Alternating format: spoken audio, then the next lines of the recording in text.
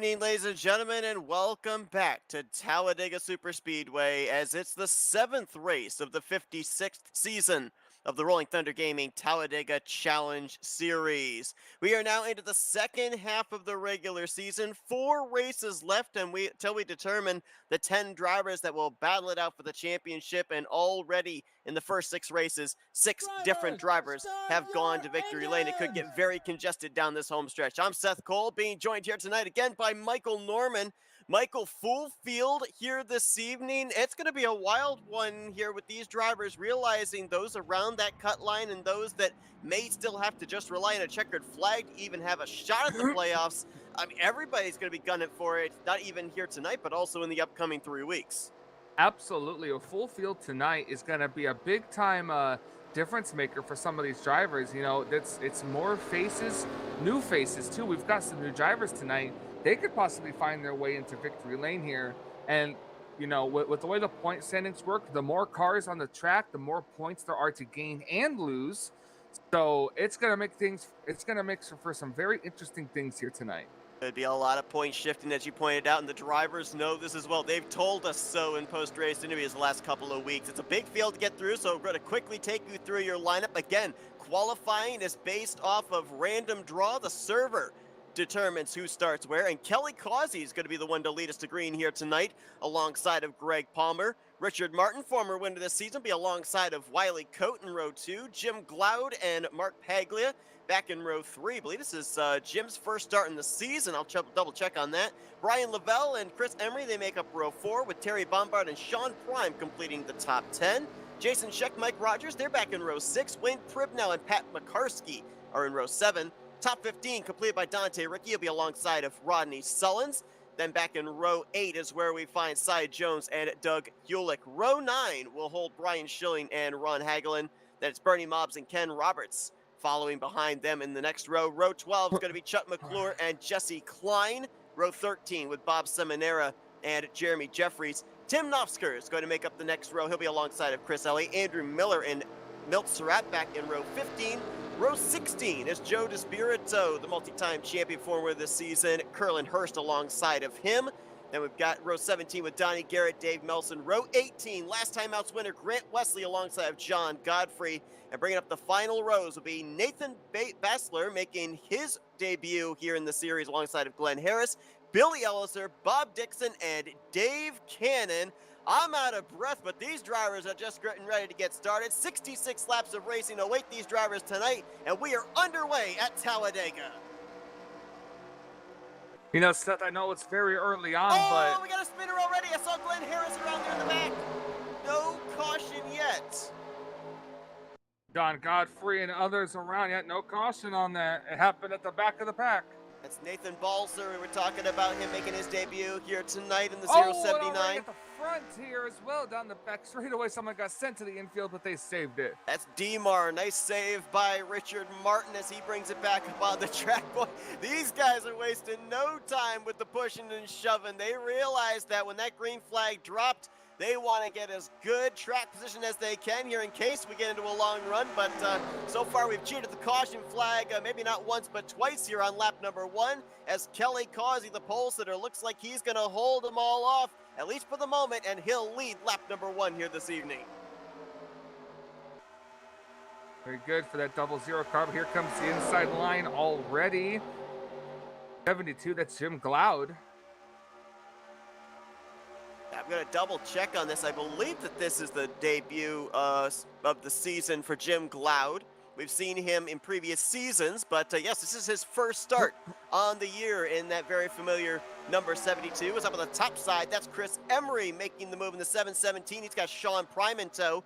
Now, I mentioned the fact it's a full field here tonight, and the thing I didn't mention is we had to have knockout qualifying to determine the 42 trucks that started this evening's event. A 41. Few drivers that did not make the field included Greg Lavelle, as well as Manny D, and I believe Hank Middleton also did not make it into the field. So shout out to them, and maybe we'll see them in the upcoming weeks. And it was 41, Seth, to correct you on that one. Actually, 41, my apologies. 40 technically, because somebody didn't make the start, other than us two. I think it was the 003 that did not make the green flag.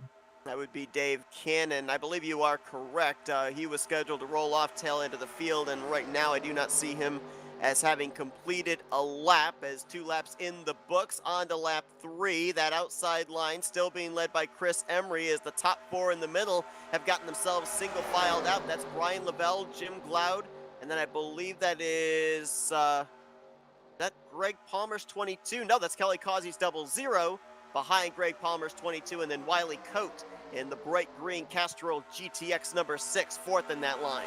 Single file, bit of a breakaway at the front here. The top 4 cars, or excuse me, trucks in that middle lane. And now Mark Paglia going to be that 5th truck in line that will clear up the middle, so he will move into the top 5, leaving him double wide behind for the 6th position. Oh, and now, Dante Ricky, Terry Bombard, and again, that's below the double yellow line, no caution. One saved him, and I'm not sure if Dante, or who's at the 10? Yeah, Terry Bombard. Oh, there's a caution. Oh, there's the caution, because the 10 was back up on the racing surface, but very much so off the pace, with the field barreling onto him into the entrance of turn number 3, so caution's going to wave. Big break for guys like Nate Balzer and Glenn Harris and John Godfrey, who didn't get the benefit of a yellow when they had their spin at the initial start. Greg Palmer going to lead us back to the start-finish line for the first caution of the day. Lot to unpack right there. Absolutely, it was mayhem, excitement, and what's the word I'm looking for? Frightening. That's the word I was looking for. See if we can go all the way back to the start of the race. We're going to take a look first at the wreck that did not bring out a caution. Looks like it started with the 08 of Glenn Harris. I'm wondering if this was either a case of stack-up, since we had such a big field, maybe possibly wheel spin, maybe somebody missing a shift. Oh, I believe it might actually be Joe DeSpirito and Donnie Garrett. It was wheel spin. I'm looking at it right here. When everyone starts getting going, wheel spin. Oh no, it was the 20. Yeah, right. The 24 caused the chain reaction. Then the 08, as he started to spin, he just slammed the brakes and his car abruptly stopped in the middle of everybody. Something I'm wondering, I don't know if either just kind of was caught napping Joe DeSpirito on that start, or maybe something we may have to follow up on here. Maybe first gear could be gone on that 24 car, or that 24 truck, I should say. It's very possible, you know, that we've all been victims of that. Now let's see if we can take a look at what actually brought out the caution. He almost cheated the yellow flag for a 3rd time there, but... 3rd time's the charm. 3rd time is the charm, or in this case, 3rd time is the yellow. Dante Ricky, as you pointed out, we saw just the tail end of it there, had a great save. Bombard's going to get the inside wall, as we'll see here with the replay. I believe he gets it with the left front. Oh, it was like maybe a bumper grab. Bumper grab with Cloud and Ricky, yep. Right? Yep. Yep. And that's just a product of NR racing as well. And right there you see when Terry's truck finally stopped spinning, it's up above the WL line. There was oncoming traffic, and so therefore officials throw the yellow flag to make sure that there's no further contact. And so very lucky, as I mentioned, for those few drivers that were caught up in that spin at the initial start of the race. Now they're caught back up. They're not a lap down, and they'll be able to start making forward progress. Pit road was open. Looked like the top dozen or so elected not to come down pit lane. On the flip side, a bunch of drivers, many of them up at the front of the field, they decided to come down pit lane. Some of them taking on some fresh Goodyears, others deciding to just go with the gas and go strategy. Well, hey, by the way, so a viewer who's watching this race right now with us is wanted me to let you know that it was all your fault for suggesting a long run possibility earlier in the broadcast. It's Talladega. It's unpredictable. All right, that's what all I'm gonna say. You know, you can try and look at a crystal ball of what's gonna happen at a super speedway, but you never can predict it. That's what we love about this series too, is the unpredictability. I mean, who would have thought that 6 races into the season, we would have 6 different drivers that have gone to victory lane. Each one has had their own separate story here too. We've ended up having a driver that we thought finished second eventually ends up getting the win with a post-race penalty. Last week, Grant Wesley, this was a guy that missed the first 2 starts on the year. He was given a provisional, I believe it was for race 2, got last place points in the season opener, And now you fast forward 4 weeks from then, and he's a race winner and is up to 12th in the point standings. And let's not forget that if you have a race win, you've got to maintain at least inside of the top 20 in the points for that victory to count towards a playoff spot. All 6 of our previous winners right now up inside of the top 12. Very true. So, Seth, I was just thinking about this also. I was thinking about whether or not I was going to say it, and I've decided I'm going to say it. So we talked about on the initial start that's the first wreck that we thought maybe the 24 might have lost first gear, right? Right. So basically what you were saying was his first gear went a Vita Kadivi. It definitely went a Vita Kadivi. Well, maybe. We don't know for certain. But sometimes that does happen here at super speedways. A lot of times you go and you shift into another gear and maybe you over rev it just a little bit too much, and that can be a bit of a detriment. As a matter of fact, kind of going back to what I was talking about a second place driver eventually being the winner, that was when Chuck McClure ended up getting a post-race penalty for jumping a restart, and Rodney Sullins, the second place driver, eventually was named the winner. That was because Chuck McClure at that time had no first gear and he tried to compensate for the restart to get a little bit of a momentum jump there in second gear. You went full send, and you never go full send. At Talladega, in the final laps, oh yeah, you go full send.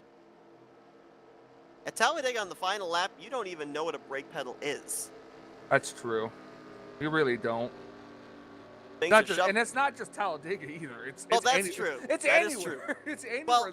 Well, I'm just saying, I wouldn't suggest going track. full throttle at Bristol on the final lap. I think you might tag a wall or two en route. No, I think you'll be fine. You'll be all right. The truck probably will hate you, but you'll be all right. It'll be Bristol banked. What are you talking about? Full throttle. It'll be Bristol bank when you're done with it. You'll add an extra few degrees of banking to the wall. Imagine a Bristol with 40 degrees of banking. That's terrifying.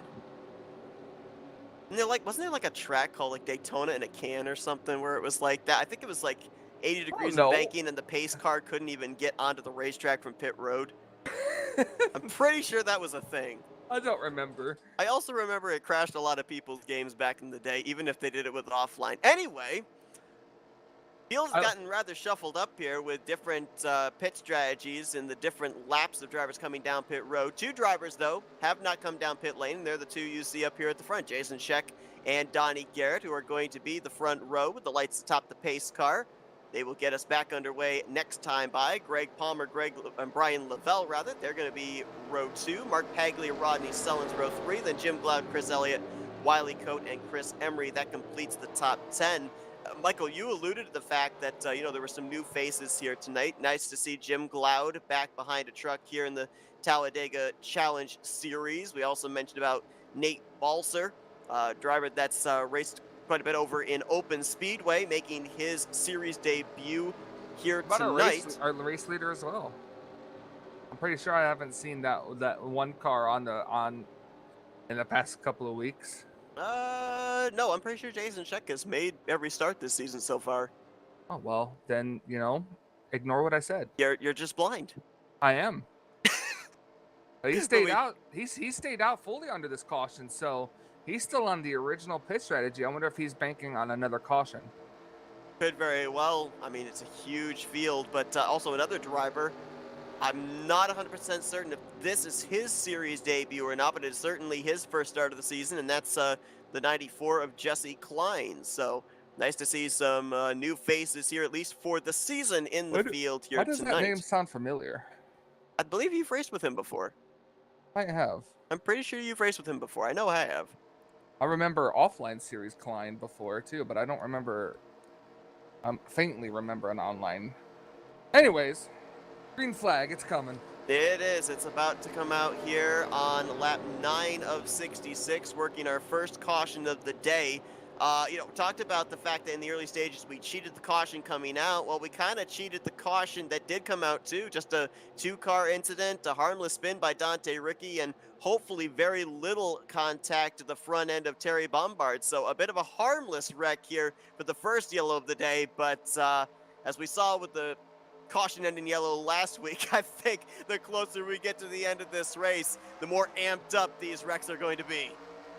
Green flag back out. We'll see how long the one car can keep on. Now, Seth, do you think even at a restrictor plate track like this, tires, do you think they affect the car more than these drivers let on, or do you think that tires really aren't that much of an issue here?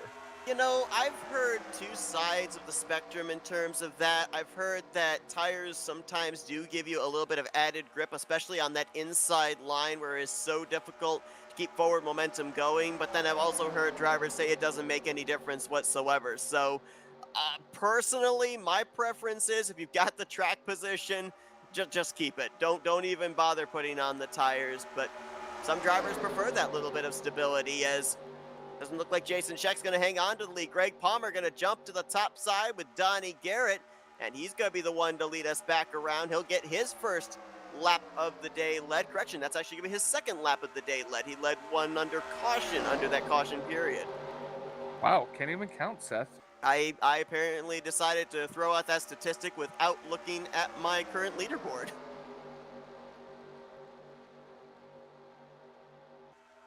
Middle lane, always the preferred lane here. Rodney Sullins. He's the third truck in line. Right now, we've got two former winners in Garrett and Sullins running up inside of the top five. So I believe I've asked you this every week for the last 3 or 4 weeks, but is tonight the night? Is tonight the night that we have a multi-time winner on the season? I can't really answer that honestly, Seth. I just don't know. And that's just how unpredictable it is. I mean, we could or we couldn't. It's literally about a 50-50 shot if you think about it. I'm going to go out with a prediction of no. I think we're going to have a 7th different winner because I'm seeing so many names up there inside of the top 10, the point standings. They've been so consistent this year. Many of them have been up in the podium a couple of times this season. I think they're due. I think they're due for a checkered flag. I'm looking at Bob Seminara, our current points leader. Brian Schilling, who was a runner-up finisher in the season opener. Tim Nofsker, I could see him go into victory lane. I mean, these are, I believe, the top 3 in the point standings that are in the field here tonight that have yet to take a checkered flag. What is it about this middle lane that's really seems to be the fastest way? So the middle lane, really, the big reason why we see drivers migrate there the most is because you don't get the push off of the corner, off of 2 and off of 4. The inside line, yes, it's the shorter way around, but based off of the track itself and based off of the setup, when you carry as much speed as you do with the CTS physics, the truck wants to push up off of 2 and off of 4, and it scrubs off about a half mile per hour, even up to a full mile per hour of speed. That's where you see the middle line on the back and front straightaway gain all of that momentum. So it's a lot more on the throttle time. Obviously, we see the third line is able to work as well. You're able to stay on the throttle there too. So really, it's just all about being able to keep the pedal pushed down to the floor and keep the optimal speeds. That's why you see most of the time drivers go to that middle line. One thing kind of just to kind of build off of that question of yours too, that I have not seen these drivers really do much this season that seemed to be a mainstay back in the last seasons that we broadcasted of this series. Drivers would be really gutsy and they would go double wide, but they would go double wide in that middle line. You see those white hash marks there separating bottom from middle from top. They would run double wide right between those hash marks there, sharing that optimal middle line, but I've not really seen anybody do that here this season just yet. Yeah, it's going to be very interesting to see how that's going to happen and if it does happen. Now, one driver that is not in the field here tonight, we basically, I believe, reported this last week that he was going to be on vacation this week. That's the guy that comes into this race second in the point standings, Josh Metallic. So he will obviously be losing some spots in the standings. Will probably be getting provisional points and will look to work his way back up into the top 5, maybe even try and get a checkered flag next week. Your top 10 in the point standings currently look like this. Seminara 7 points over Metallic. Brian Schilling third in points, 9 points back. Joe DeSpirito, he's 12 points back in fourth. Chuck McClure, 19 points back in fifth. And then Tim Nofsker, Glenn Harris, Donnie Garrett, Rodney Sullins, and Richard Martin. That is the current top 10. We mentioned also the fact that with 6 different winners so far this season, 6 slots are currently filled in the playoffs, leaving 4 spots open for drivers to point their way in. Right now, those 4 drivers would be Seminara, Metallic, Schilling, and Tim Nofsker. And that can change very soon if we have another Oh, different yeah. winner. Absolutely.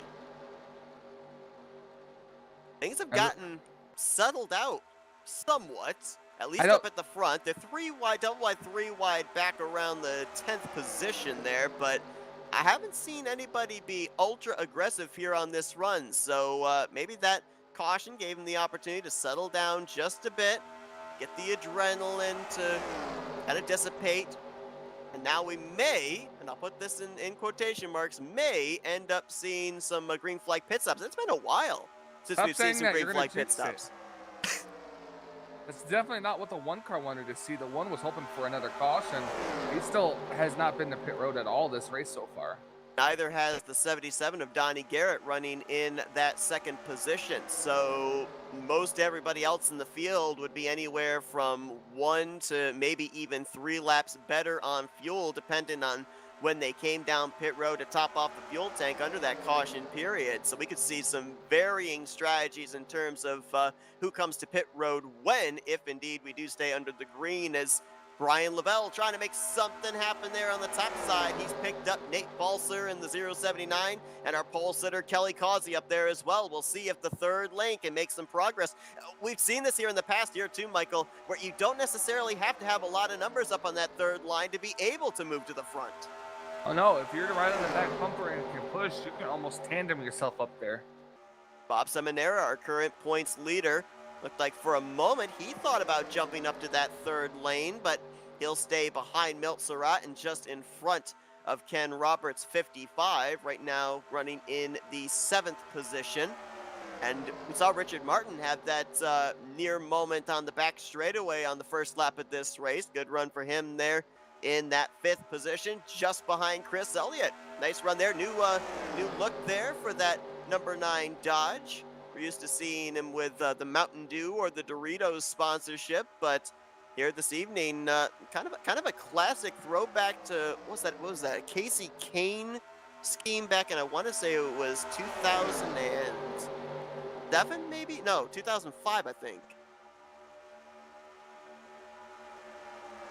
It was somewhere in the 2000s, the early 2000s. I can't remember which year it was. You got to remember, I can't see it, so I wouldn't be able to tell you. It's a fair point. I think it was 2007, pretty sure. Greg Palmer so far has led 10 laps out in front, enjoying the view. Greg Palmer, actually, I believe it was last week, ended up picking up a checkered flag here at Talladega Superspeedway in another series, so he'd love to be able to make it 2 Talladega victories in a week. Donnie Garrett still content to ride behind him in second place, with Rodney Sullins in the 3rd spot. It looks like we have had a couple of drivers go back to the garage area. Well, one driver has gone back to the garage area, and that's Mike Rogers in the 011. It's like he went back there just a couple of laps ago. Came down pit road, made the left-hand turn to the garage area. He'll finish in the 40th position here tonight. All 39 drivers that are still out on the racetrack, still running, still on the lead lap, and all still up in this lead pack. The bright pink number 14 of Wayne Pripp now, last truck back there you can see. So everybody's still up here and still with a shot to move their way up to the front. And that third line, well, I said you don't have to have numbers to get to the front, but they've picked up numbers. Add Jason Scheck, Tim Nofsker, and Chuck McClure to that posse. Oh yeah, excuse me. They're on their way up there pretty good. They got decent amount. The middle lane now, it seems like everybody about in the back half of that middle lane just decided to jump up to the top. So we should see them as this line breaks up, start seeing them get a little more racy now. Starting to see a lot of drivers abandon that middle line. Ken Roberts has jumped to the bottom on Milt Surratt, picking up Dave Melson. Now Demar's going to move down there with the 55. Look at Donnie Garrett. He says it's time to go. Or is he going to pit road? Oh, yeah. Well, it's time to go to pit road. He said it's He's going somewhere, just not the where I was expecting. He said it's time. He said it's time to go to pit road. And I think he may have, I don't know if he was speeding, but he got 2 tires off of the pit road surface under the grass. Bob Dixon coming down pit road there with him, so he at least is going to have an exit buddy. Well, at least hopefully he is good and didn't get a 30-second penalty from that, but I think he's been all right. I believe he made the commitment cone, but I'd be a Seemed little like bit Bob concerned Dixon if he just went went off through pit into the road. grass. If he might have been speeding. It looked like the Bob Dixon might have just went straight through pit road.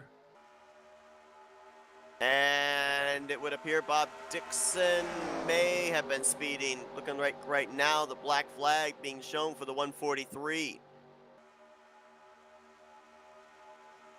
So a little surprised that we saw Donnie Garrett already head for pit lane, and yet that other truck that had stayed out that The we had one? documented, yeah, he, I don't believe, has pit yet. Oh, actually, I think he just hit pit road. That past lap, I think Yep, he just came to Jason's pit check road. on pit road now. And here Both of comes those Bob drivers, Dixon back to pit road. both those drivers did not get the caution they were expecting. There's Donnie Garrett about to now fall a lap down to the race leaders. He's just now getting up to speed. They will fly by him at full song. But these guys aren't that far up from when they're going to have to come to pit road. Somewhere in the next 2 to 3 laps, they'll be diving onto pit lane. Yeah. There wasn't that much of an advantage there, but I mean, they did get some. Couple laps is sometimes that's all you need. We will see who's going to be the first ones to dive onto pit road here of this big pack of race trucks. Looking at that 038 of Dave Melson on the inside line. A lot of times, I think we may end up having our top 4 coming down. You notice how they just migrated from the middle right down to that double yellow line. Make sure that nobody's going to be the driver's left when they head onto the apron to pit lane. So I think we can expect the 22, 38, 9, 80. I think they're all going to be on pit road this time. Let's see. Nope. Nope, just positioning themselves. Okay. This is why I am not a crew chief. This is why I'm up in the booth commentating the race, because Well, I apparently don't know when's the right time to come to pit road and when isn't. Hey, I've crew chiefed you to a victory before. You have. This And that is was on a true. time delay stream, It too. was. It was about a 15-second time delay. Well, Greg Palmer coming into tonight's race, 21st in the point standings. So if he were to take the checkered flag this evening, there's no doubt he would leapfrog up into the top 20 and into a playoff position. So far, he has led 16 of the 23 laps we have completed here tonight. And No come to pit road this time, not yet. nope, I was not thinking this they'll time. probably be in the next, my guess would be at least maybe 3 laps, because you got to forget we also had an extra pace lap after they pit too. That is a good point. So we will see how long it's going to be. How about a shout out? I mean, I know it's still early on. We're still into the first half of this race, but you see that white and green 08 of Glenn Harris up there on the top side, 4th truck on the outside line. He started this race all the way back in the, I believe it was 40th position. Couple of cars coming to is pit road this time. I can see them putting it in the chat, but I don't think there are any not from up front. We'll see who those drivers are going to be. Maybe in the mid-pack area. Nobody up at the front. Couple of drivers at the back of the field there. That's Ron Hagelin, Pat McCarsky, John Godfrey, Oh Wayne my Kripnow, lord, there are Chris 4 Emery, wide, and one on the apron and one's getting passed on the outside. that was Curlin Hurst in the 93. Look who's trying to get the lead back on the outside here. Kelly Causey with help from Chuck McClure and Tim Nofsker. So does this say, well, actually, they might be trying to push to the we're gonna front. have a lot of people. We're having a lot of people coming to pit road this time. Gonna be feeding time at the zoo. This lap is the lap. Let's remember, folks, that if a wreck takes place below the double yellow line coming to pit lane, unless it comes back up onto the racing surface, we will not see a caution come out. Here they come. Got to get that thing woke down. One person Nate spins. Balzer, he got tagged from behind by, I think that might have been that Dante Ricky, I believe. No, I don't think he got tagged. I think he kind of just slid his brakes and slid sideways a little bit. I'm not too sure if he got tapped on that one. Looks like he did make it back onto pit road, though. There you see him, along with Glenn Harris. So they all made it onto pit lane, for the most part without issue. Now These drivers got to get around. These drivers got to get around lap cars if they're planning on coming to pit road. Wow. Jeremy Jeffries, Tim Knopfsker swinging around the outside of Chris Emery, who had just been on pit lane.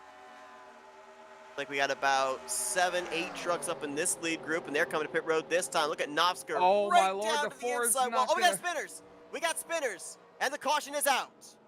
The four truck came in super hot and took out the eight who's still spinning on pit road here. And that wasn't what brought the yellow out. Somebody spun up into the tri-oval. It might have been the 7-Eleven of John Godfrey. I'm not 100% certain. They're still just now getting the thing fired through the center of the tri-oval. And that was Yeah, indeed it's Godfrey. John Godfrey, yeah. It was his spin that I Brian, believe brought the yellow flag out. The four of where is he? Brian Schilling actually came in way too hot on a pit road and spun not only himself but the 8 of Jeremy Jeffries out as well, coming down the pit road. Right in the middle of green flag pit stops. This means there's going to be a lot of shuffling, and officials are going to have to be looking over, seeing who was running where. I'm just going to watch the pace car and see who comes where. And as you do that, we'll go back and see what happened to John Godfrey to bring out this yellow flag. I'm not certain if for those drivers that were trying to make it onto pit lane, I'm certain that the second half of them did not make it to the commitment line, so they probably would just have to pass through pit road and not take service, or else they would more than likely receive an EOL penalty. Oh, at the 23, I believe, of Doug Hewlick. I'm not certain if he was one of the drivers that was trying to get to pit lane that lap. John Godfrey had already completed his service, and Hewlick was awfully high up there on the racetrack. If indeed he was coming to pit road, Godfrey, I think, had no idea and gets into the back of him. Take a look here again at another angle and see if indeed 23 was attempting to get onto pit road. I think he was.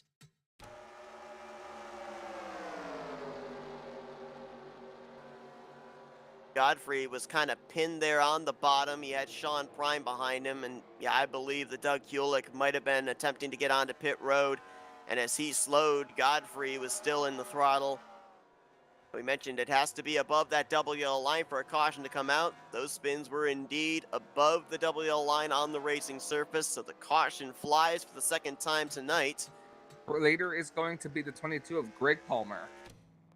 Everything's going to cycle back around. John Godfrey in the 7-Eleven is now slow on the, I believe that is the front straightaway. Not certain what's going on with him. Might be having to wait for the pace car, possibly. That's another thing, too. The timing of the yellow flag where everybody is. Sometimes it'll tell you you have to wait for the pace car. Sometimes it will tell you that you have to let a second or third place driver around you. It's a time of confusion of where you're supposed to line up. Your spotter's telling you where to line up, but sometimes it's easier said than done of figuring just exactly where you need to be. So hopefully within the time of this caution period, everybody will have figured out the positions they need to be in, and we'll be good to go for this restart. I believe we'll double check on this once we get to the 1 to green, but I believe that Bob Dixon, who had to serve the penalty for speeding on pit road and lost a lap as a result, it looks like he will be the recipient of the free pass. Jason Scheck also lost a lap, and there are 2 lucky dogs in the Tally Challenge Series, so both of those drivers should be back in the lead lap, which would have us with all 39 drivers still on the same lap as the race leader, which, as you pointed out, looks like it will be Greg Palmer in the 22.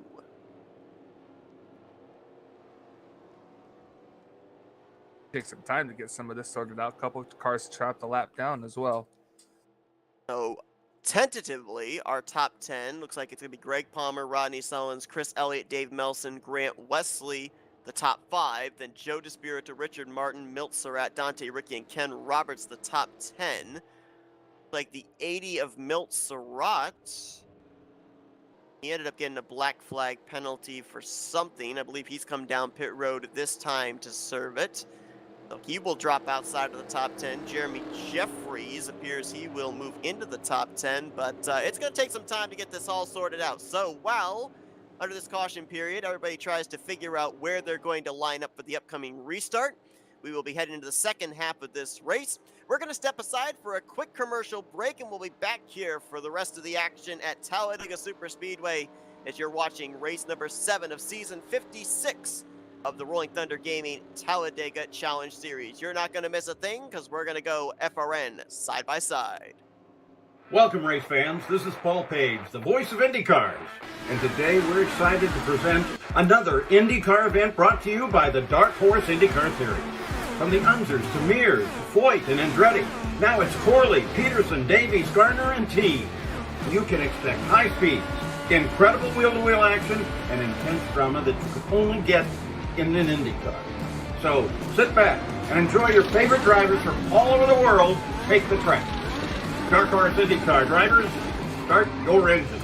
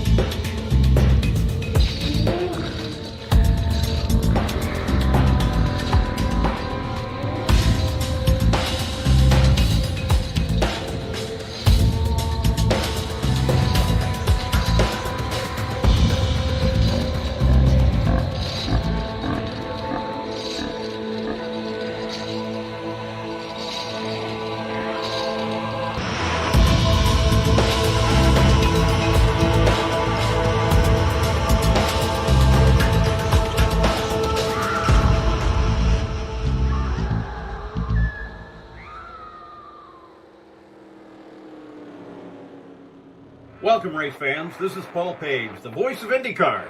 And today we're excited to present another IndyCar event brought to you by the Dark Horse IndyCar Series. From the Unzers to Mears, Foyt, and Andretti, now it's Corley, Peterson, Davies, Garner, and Team. You can expect high speeds, incredible wheel-to-wheel action, and intense drama that you could only get in an IndyCar.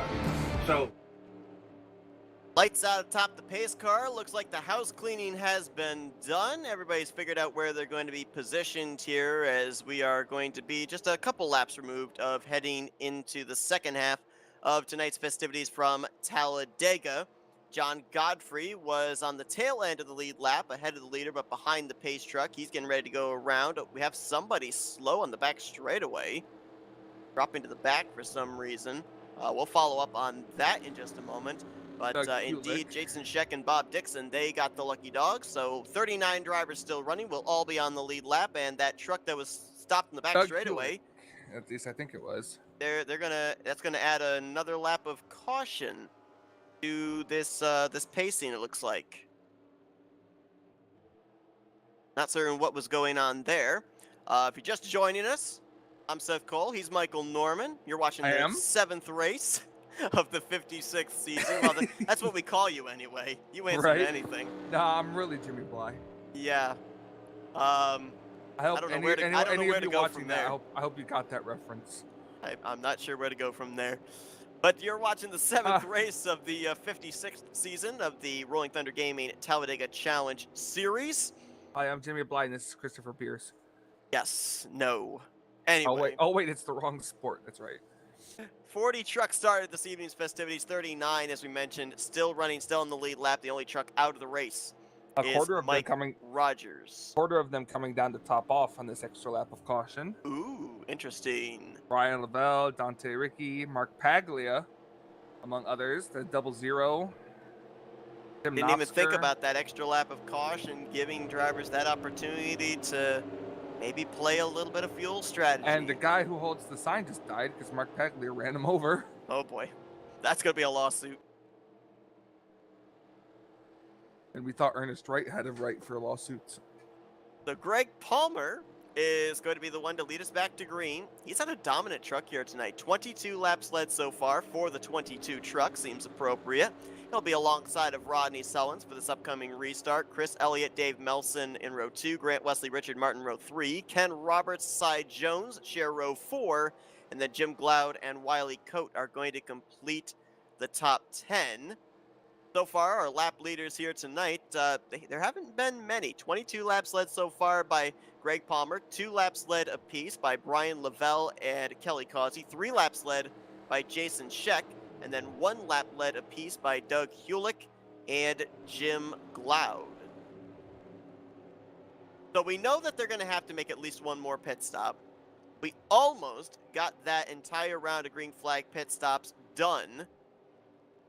Oh boy, this is going to be interesting because from what I'm seeing here, let's say they stretch it the furthest they possibly can, that 21 number mark that we basically been given, that means they'd be coming down pit road around lap 53, 54. I don't think you'd be putting 2 cans of fuel in that thing. I think maybe you'd be putting in a can, maybe a can and a half. I don't know.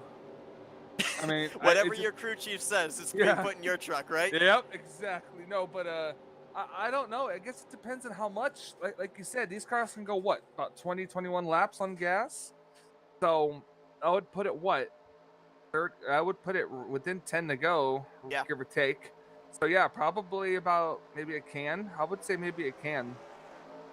I don't know about a can and a half, but you know, I also had a D in math, so I can't do any of that. So what is math?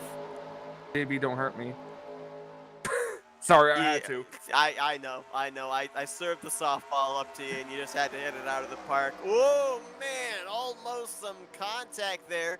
Chris Elliott and Rodney Sullins leaning on each other off of turn 2, and look at the run the 9's going to get with help from Grant Wesley. Chris Elliott going to try and get alongside Craig Palmer and put his Dodge out in front for the first time tonight. Oh, and I forgot to say this too, Seth. You were talking about statistics earlier.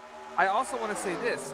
Is tonight the night that these drivers finish this race under the green flag? Yeah, that's a good point. The last couple of weeks, we have ended up seeing the race end under caution. Racing back to the proverbial checkered flag has not necessarily been on the white flag lap. And we've talked to drivers in post-race interviews of just how difficult it is with that scenario to plan the timing of making a move potentially for the race win. I'm not necessarily certain that they've been able to learn anything, though, because, again, it's so unpredictable. You may end up having the caution come out with 3 to go, 2 to go. Jim Gloud, big save, big slide back there. Nice job as he will try and bring it back up onto the racing surface safely into turn 3. I believe he did. Oh no, Chris Elliott pushed up into Greg Palmer, and this is going to be a big wreck. Oh, yeah, right in the tri-oval. Shades of last week. That is everybody. Oh, my Lord. I mentioned about the big wreck last week in the closing stages of that race. It was right here in the tri-oval, and for the second week, the tri-oval strikes again with the big one here tonight at Talladega. Ken Roberts there in the grass. We saw Jesse Klein there in the forefront of our screen. That's Rodney Sullins in the 38. We saw Elliott into the inside wall. Oh, they're still wrecking. More contact. That's Pagli and Wayne Pribb now getting together. I think this is going to be a case, Michael, of go back, look at the replay, pick out a truck, and see if they make it through. I already am, and that started. Chris Elliott just got real tight, like you said. These trucks push up on the on the very inside lane, and he pushed right up off the corner, right into the 38, and that hooked him off of the 22. Yeah, we've saw a couple of times there in those last few laps of him pushing up off of both 2 and 4, and this time just pushed up way too much.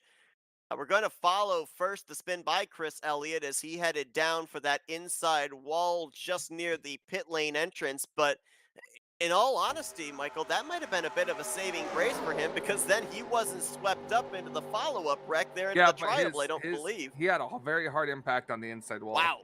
Yeah, back end of the truck came up into the air, clips the 84 of Dante Ricky, who I believe, after spinning through the grass, didn't hit anything. That might be a onboard we may want to take, but let's take a look at some more replays, some more angles here. Greg Palmer in the 22, Chris Elliott in the 9, battling for the lead. Not 7. Where I think they were expecting they were going to be by the time they got out of the tri-oval. Cy Jones up and over. Yeah, so yeah, the 7 was up and over. I'm watching on board Sean Prime, and he had really nowhere to go. Big hit there for Curlin Hurst in the 93. Wiley Coate through the grass there. Ron Hagelin in the 111 there through the grass. Oh, and then when Curlin Hurst had it in reverse, that almost rhymed. He hits the 111 once again. I don't even know who else to look at. Like, this has had to have been everybody involved, almost. Everyone except the very front leaders. Glenn Harris, I believe, got a piece. You talked about Sean Prime. I'm writing on board Bob Seminara. There, you see him there on your screen in the middle. He made it through. Bob Seminara made it through. Yeah, so did Richard Martin. So did Nate Balzer. Oh, Terry Bombard was in it in the 10. Glenn Harris, I think, may have come to a stop. May have gotten a little bit of front-end damage, but for the most part got through. Cy Jones. That may have been one of the most harmless flips I think I've ever seen here at Talladega. I think I might be wrong, but I think that truck's going to still be up to speed.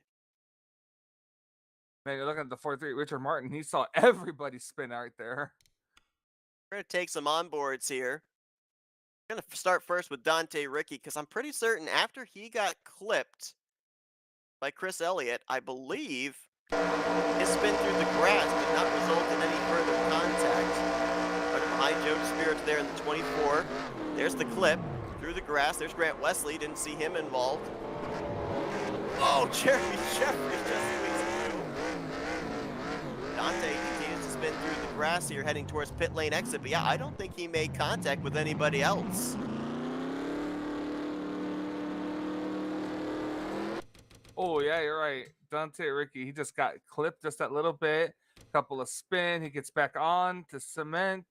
Tries to grab a gear, but it still spins around on him onto pit road. About the Valvoline Chevrolet Silverado of Jeremy Jeffries. We saw there with the Dante Ricky on board. Looked like he got through. Here he is. Very tail end of the field. Bob Dixon just ahead. There's the smoke. Oh, maybe a little contact there with the right front into John Godfrey, but man, if that's all you have for a battle scar getting out of that mayhem, I think you'll take it. Yeah. And I believe the camera barely survived on the 7 of Cy Jones. So let's see if we can get an onboard with the Sunoco Chevrolet.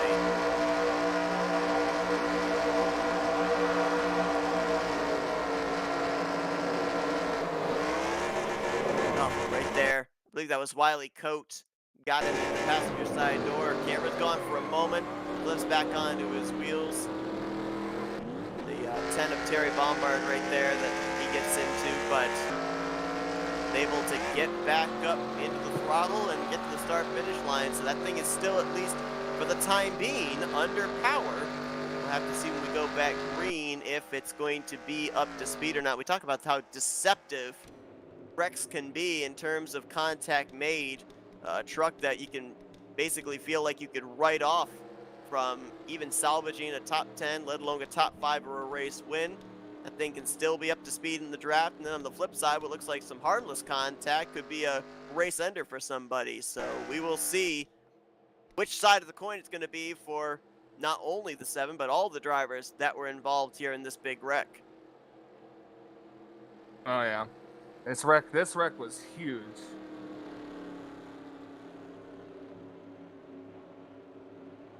It was about, what, 2nd or 3rd place on back where the contact was made, and a lot of space here in the tri-oval to be able to avoid the wreck, but also a lot of space for trucks to be able to spin high and low, so the track can get blocked up very, very quickly. We're seeing as we now under our 3rd caution of the day and drawing closer to that fuel window mark, we're seeing more drivers here later on in the caution period diving for pit lane. Jeremy Jeffries was the latest I saw there, giving up what would have been a 3rd place starting position. Donnie Garrett and Bob Seminara are going to be the front row as the lights are out atop the pace truck. Oh, wait, Richard Martin and Nate Balser in row 2, Greg Palmer, Brian Schilling. I'm not sure if we row talked 3. about this, Seth, but Dante Ricky has retired. As I didn't has expect Chris Emery. that. Huh. I didn't see any black smoke trailing from behind the 84, and it looked like harmless contact that wouldn't have taken him out of the race, but then again, I'm not driving the truck, so that's a That's tough break true. there for Dante. Dante came into this race, if I recall correctly, running quite well in the point standings. Oh, no, I must have been thinking of somebody else. Dante's actually 27th in points, so this is definitely something he did not need.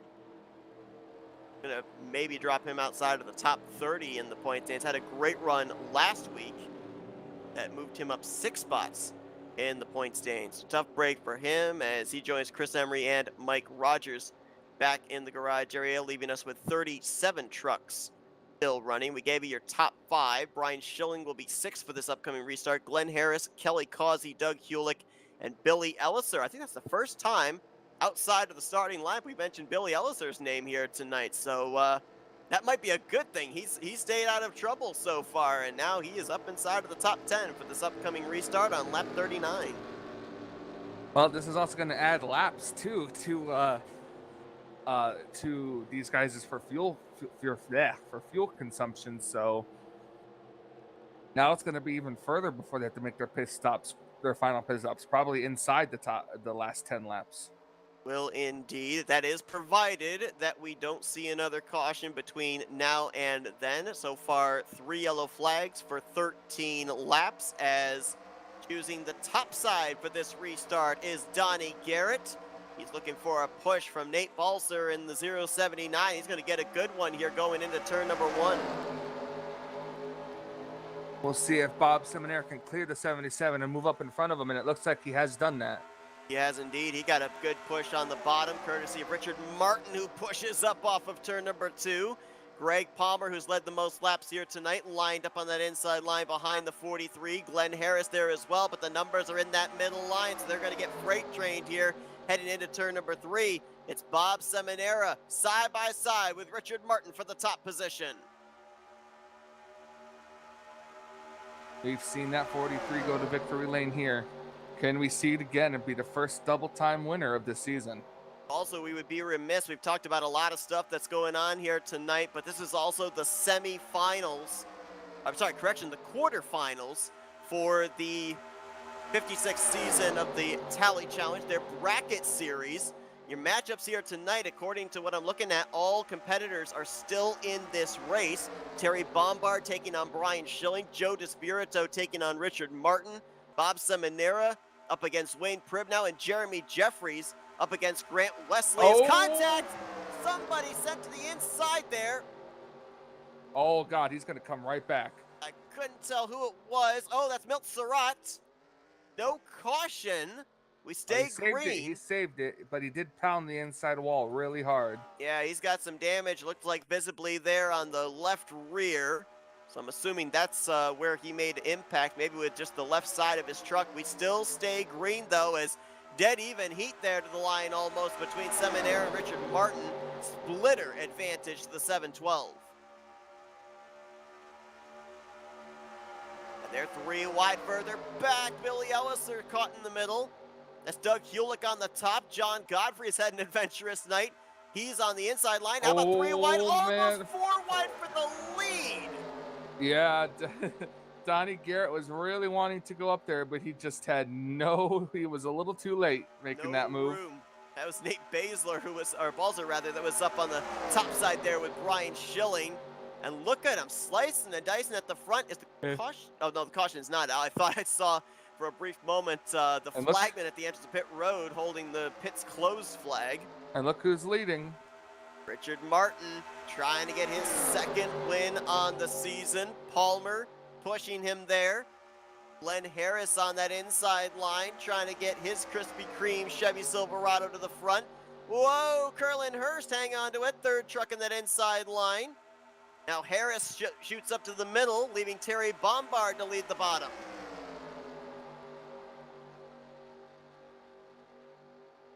I believe, Michael, what we are seeing here is what drivers call setting up for the final pit stop of the evening.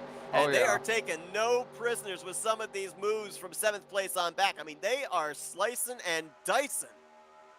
But what do you think, Seth? When it hits about between 20 to 19 laps to go, do you think would you pit early, maybe try to catch that late caution, or do you think that would be a little too early? Absolutely not. I'll tell you why, because if you pit early, you're taking on more fuel, which means more time spent on pit road. The longer you wait, the less fuel you have to put in the tank, the less time you have to be on pit lane, and as we know a lot in super speedway racing, that could play a huge difference. So what would be the fuel window for you? What would be the strategy for you to come in? Well, since I'm not off the top of my head certain of what the fuel numbers are for these guys, I would say if I hit about 2 laps remaining on fuel, that's when I'm coming down. And God only knows when that's going to be compared to how many laps to go we have. Yeah, we went back green, I believe, on lap 39, so we'd be looking at, what, 50-51 roughly? So with a little above 10 laps to go. Roughly. 3 wide. Oh, no! Tim Nosker! Yep. Oh, is he going to save it? Oh, the caution's still out. Oh, they're going to wreck some more. Big wreck, another flip on the back. That's Terry Bombard. We've got another one further back, which I believe might be the Ron Hagelin machine. Ron Hagelin, yep. Wiley Cote is spun around. Bombard's still flipping. Oh, my goodness. That might be the longest barrel roll of the season. I think I think his day might be done. It might be. Ron Hagelin's trying to still get that thing refired further back. He was the other truck that was up and over on the back straightaway. Oh, does this throw pitch strategy out now? 44 of 66. You're coming up on about 22 laps to go right now. You know, it might. It very well might. That's going to be pushing it depending on how many caution laps we get. It would be right on the number. You'd have a choice of either coming down pit road here under the first lap of caution and then trying to clutch and save for the rest of the caution period, or maybe even when you come to get the 1 to green, come down and top off the fuel tank. But I think these guys now could be within the window to make it the rest of the way, as we'll go back and take a look at what brought out the 4th caution of the evening. Now, the caution actually came out for the Tim Nosker half spin, but it was the follow-up wrecking that is going to be the most replay worthy, obviously, after the caution had flown, as we now bring our truck flip counter, at least for the evening, up to 3.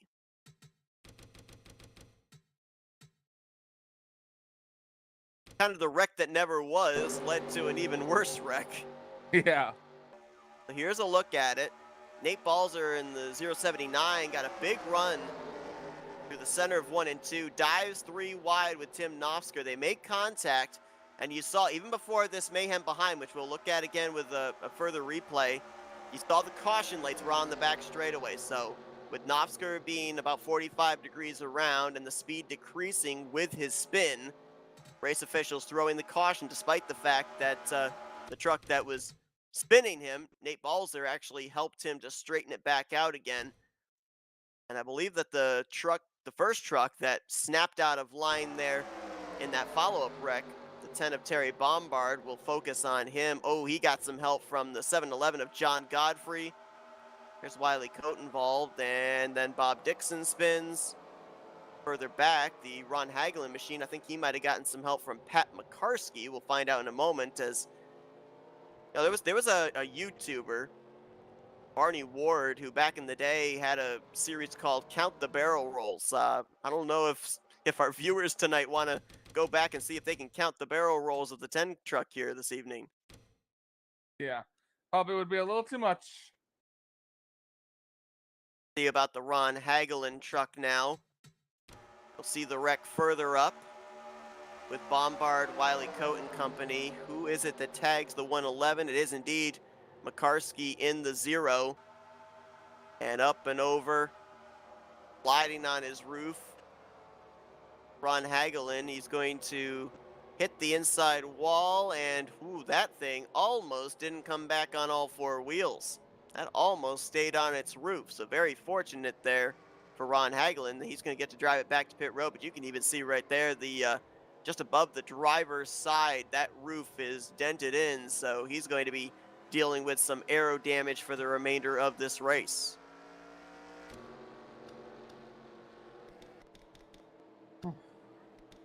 And I'll tell you, it's been a heck of a race so far, Seth.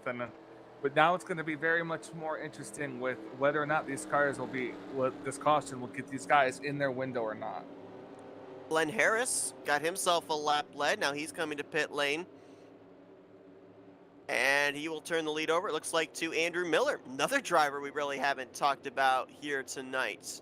Had a very quiet evening and has kept his nose clean, so time being he will be lined up behind the pace truck.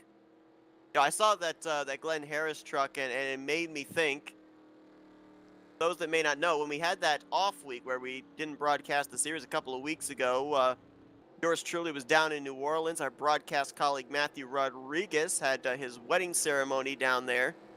Now, unfortunately, up here in the Northeast, I am not blessed with a Krispy Kreme in reasonable drivable distance. And so I stopped at a Krispy Kreme on the way down and on the way back. Wouldn't you know that Matt Rod's wedding occurred on Donut Day, so I was not able to go to a Krispy Kreme on Donut Day. Ouch. Big Yeah. sad. Let's play the world's smallest violin.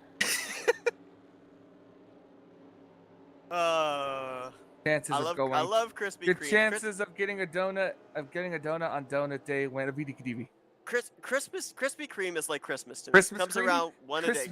Christmas Kreme. Christmas Krispy Kreme. Hey, they make those. They I was make gonna say Christmas. that sounds like a new flavor. No, they make Christmas decorated donuts. I always get the original glaze. I've actually never tried any of their other donuts. Maybe I should diversify. Have you ever had Krispy Kreme donuts? I have. I've had Krispy Kreme before. Do you have a Krispy Kreme around you? Somewhere in Orlando, I think. Okay, so I think yours might be closer to you than mine is to me. So, so I hate you. I have to go across the state line to go to a closest Krispy Kreme. Either that or go to New York City. Ouch. So Andrew Miller's going to come to pit lane. That turns the race lead over to Greg Palmer. One thing I should have done here under this caution period, and I did not do, but I'm pretty certain, I don't think we've had the driver that has led the most laps this season go to victory lane in any of the races this year. I would have to double check on that, but I'm pretty certain that so far this year, the dominant truck in the race has not been the one to pick up the checkered flag. So Greg Palmer could be the one to break that chain here tonight. Sure. Got a couple more drivers go back to the garage area here under this caution period as well. No surprise, Terry Bombard, one of them after his wild barrel roll down the back straightaway. He will finish 36th, and Brian Lavelle brought his truck to the garage area as well. He will finish in 37th. That will leave us with 35 drivers still in this race, all 35 still on the lead lap. Here's the way they're going to line up for the upcoming restart, which will be with, if my math is correct, 18 laps remaining here tonight.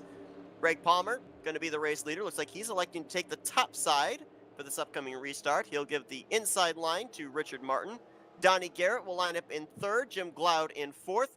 Chuck McClure now up here in the fifth position. I was noticing there just before that caution came out, he has been sneaking his way up into the top 10 and now into the top 5. He'll be alongside of Bob Seminara in 6th, Brian Schilling 7th, Tim Nofsker in 8th, Sean Prime in 9th, and Mark Paglia is going to complete the top 10. Well, we got the moment. We'll give you a full field rundown. 11th is going to be Curlin Hurst, 12th Rodney Sullins, Billy Elliser in 13th, 14th Joe DeSpirito, Bernie Mobbs 15th, Doug Hewlick is 16th, Wiley Coates 17th, 18th Bob Dixon, Ron Hagelin in 19th, and 20th will be Nate Balser. Kelly Causey, our pole sitter, is 21st, 22nd Ken Roberts, 23rd Glenn Harris, 24th is Pat McCarsky, and 25th is John Godfrey. The rest of these drivers came down pit road, so they may not be necessarily lined up the way we list them, but this is how they crossed the line off of pit road, I do believe. Jeremy That's how Jeffries we see them in our heart.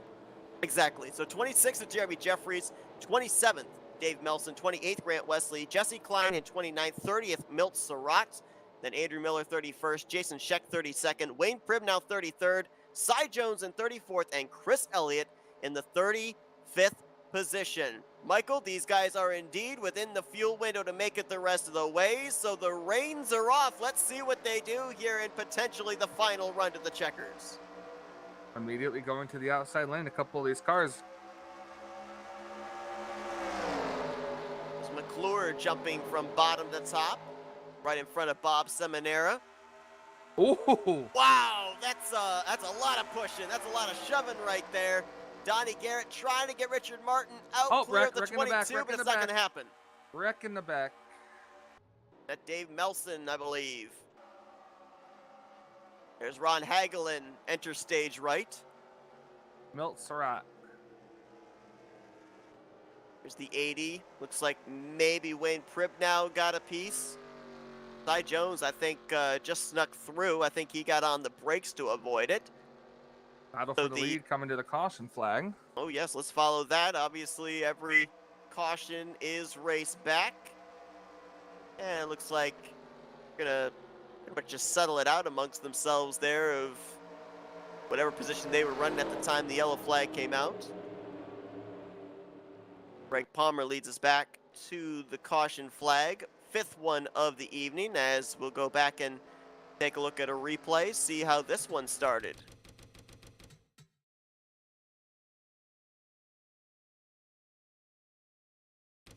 Dave Melson had actually come to pit lane on either the second or third lap of caution to top off the fuel tank, so started towards the back.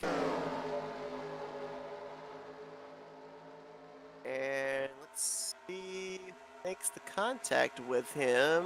Well, oh, Pat McCarskey pushing up off of turn 2 into Ron Hagelin sends him up into Dave Melson. Nowhere for Milt Surratt to be able to go. And Pribnow did indeed get a piece in the 14 as he was stuck behind Melson when Melson headed up to the outside wall.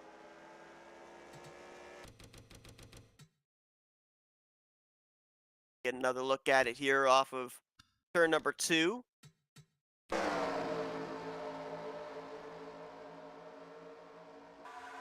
Well, if we thought these drivers might not be able to make it on fuel before, Michael, now we know for certain they can, because this is going to be another, 2 or 3 laps of caution that they'll be able to throw in the clutch and save quite a bit of fuel to the finish. So I think the pit stops we saw take place under the last caution period, outside of coming down to repair damage, that's the last time any of these drivers are going to be on pit lane for the remainder of this one. I agree. This is going to be interesting to see, especially for the finish. Greg Palmer continuing to show the way here at Talladega. He has led 27 laps here tonight so far. Been the dominant truck out in front, and he's looking for his first win on the season. Richard Martin right there in second. As a matter of fact, if you look at the drivers coming into tonight's race that are former winners and are wondering where they're currently running, Richard Martin, the highest of them, in second. Donnie Garrett currently in 4th. Chuck McClure is in 5th. And you got to go back to 13th to find Rodney Sullins. Joe DeSpirito, it's been a very quiet night for the 24 truck. We really haven't talked much about the multi-time champ. He's back in 18th place. And Grant Wesley, last week's winner, he's back in 24th. I think that is, though, because he, right now, is back in traffic because he came down pit road under the last caution at the 1 to green mark. So that is why he is not currently up towards the front. But there's still a long ways to go in this one. It may not seem like it. Right now, when they cross the line, there'll be 13 laps remaining. But you have to remember, too, this is a 2.66-mile super speedway, and a lot can happen in the span of 1 lap here. As I've mentioned, I wish there was a way that we were able to know how many lead changes take place during a lap, not just at the end of a lap, because I think that we would end up having it up in the triple digits week after week, and how many lead changes actually take place through a lap in the entirety of a race. But fortunately, we don't have that statistic, and probably never will.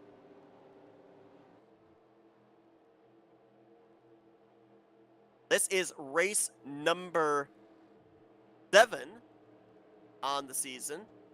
Next week, we continue right back here with race number 8. After tonight, 3 races remain until we determine the 10 drivers that will battle it out for the championship in the playoffs. Light's still on atop the pace car too, so it's another lap these trucks get to save. And we have a couple of guys that came down pit road under the last lap. I believe they were all involved in the wreck. So nobody, even drivers towards the back, coming down and topping off the fuel tank.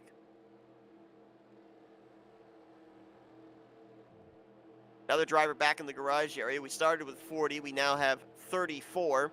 Pat McCarskey, the latest driver to head to the infield. He will join Terry Bombard, Brian Lavelle, Dante Ricky, Chris Emery, and Mike Rogers. So since we have about maybe another lap and a half of pacing here, we're going to step aside for another quick commercial break. We'll be back here for the restart, which will be nearing 10 laps to go here at Talladega. Greg Palmer is your leader here this evening at the Talladega Super Speedway for the RTG Talladega Challenge Series. You're not going to miss a thing. We're going FRN side by side. Welcome, race fans. This is Paul Page, the voice of IndyCars. And today we're excited to present another IndyCar event brought to you by the Dark Horse IndyCar Series. From the Unzers to Mears, Foyt, and Andretti, now it's Corley, Peterson, Davies, Gardner, and T. You can expect high speeds, incredible wheel-to-wheel action, and intense drama that you could only get in an IndyCar. So sit back and enjoy your favorite drivers from all over the world take the track. Dark Horse IndyCar drivers, start your engine.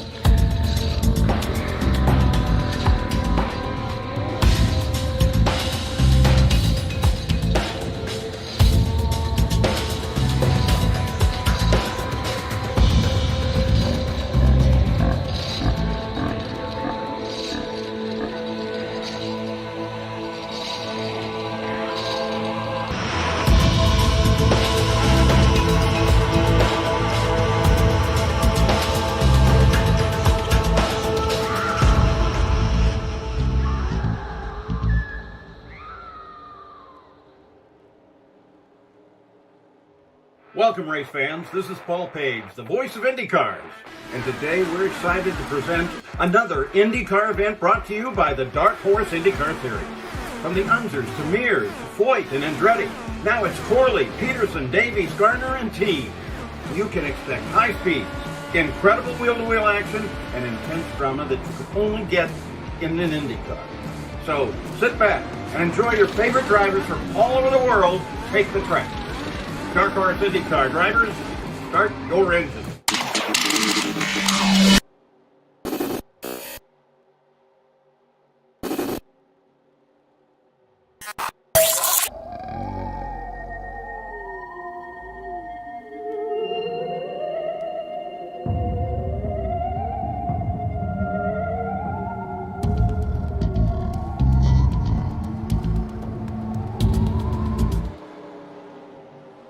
Truck's going to make the left-hand turn to pit road and turn these drivers loose once again. It will be 13 laps remaining in tonight's race here at Talladega.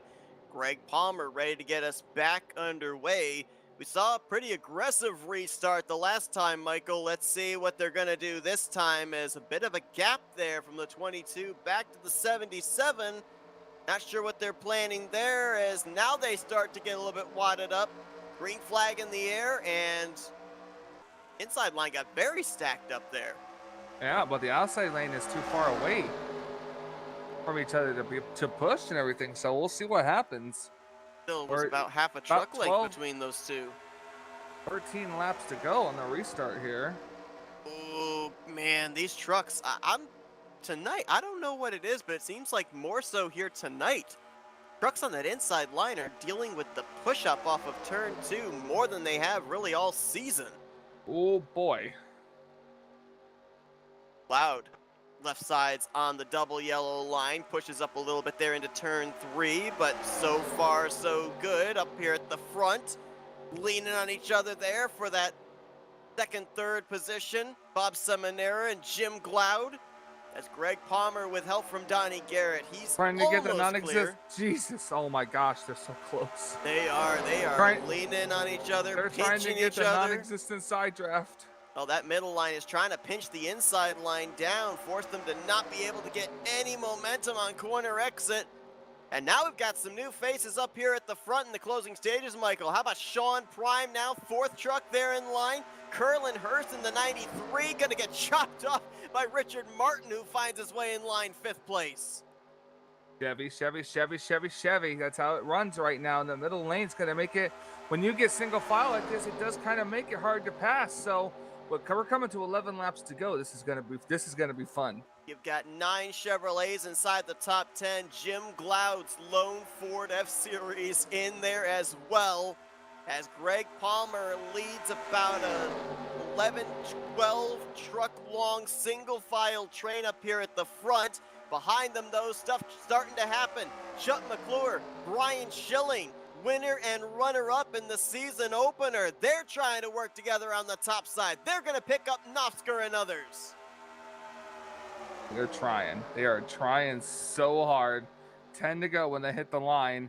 Remember, this is when they're going to start getting racier, because you never know when that caution is going to come out that could end the race. We've seen 5 cautions here tonight. We had a really big wreck right here entering into the tri-oval. Amazingly, though, still 34 trucks in this, and I believe 32 of them up to speed. So good job by a lot of these guys to stay in it. Don Prime on the outside. Look at these guys go to the very inside. That's going to break a lot of that momentum. Got about 7 trucks on that outside line with Prime. McClure. Oh, somebody. Is that Rodney Sullins in the 38, I believe? I think he saved it.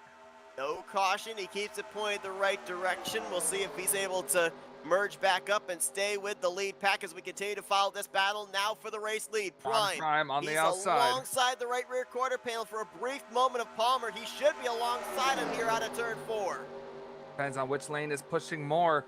The outside lane momentum. Remember, like you said, you've got to pinch that inside, but you don't want to get too close. There's a lot of moving around going on in the middle of this lead group. Trucks bobbing back and forth, weaving side to side, but all keeping it pointed in the right direction for the time being. And you remember what I said, Michael, about them all sharing that middle line double wide? Hadn't seen that all season?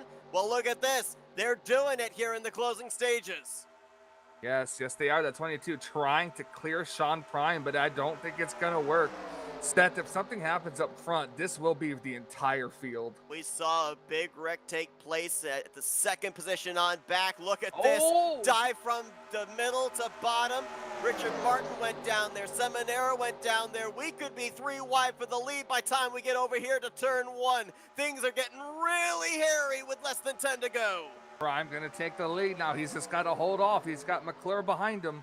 Sean Prime is clear of all 3 lanes here into turn 1. He'll stay with McClure, who I think... McClure, yes, I did that. I merged together the 2 words I wanted to say. I tried not to laugh, but I couldn't help it. Seminara, is he going to edge ahead? No, he's not. He's leading that inside line, though. Right now, unofficially 3rd. He's got Schilling to his top side for that. Sean Prime still clear for the lead. Now Seminara battles back on the bottom. That inside line got a great bunch of momentum into the center of 3 and 4. Oh, there it goes. Oh, there it goes. There they go. Up and over Greg Palmer. Nofsker on his lid. Also Donnie Garrett in the 77. We'll watch the battle back to the line here. Give it to Seminara over Sean Prime. They are still wrecking. Grant Wesley involved. Goodness. A lot of cars involved. Oh wow, the 08 I think made it through that, but this will not end the race. Jim Gloud, Grant Wesley, Jesse Klein. Garrett, I'm certain, was one that I saw up and over on his lid. Remember, Oh, Jim Glaude just got hit coming back to the start-finish line by Ken Roberts and Ron Hagelin. Now Roberts' engine is erupted in smoke.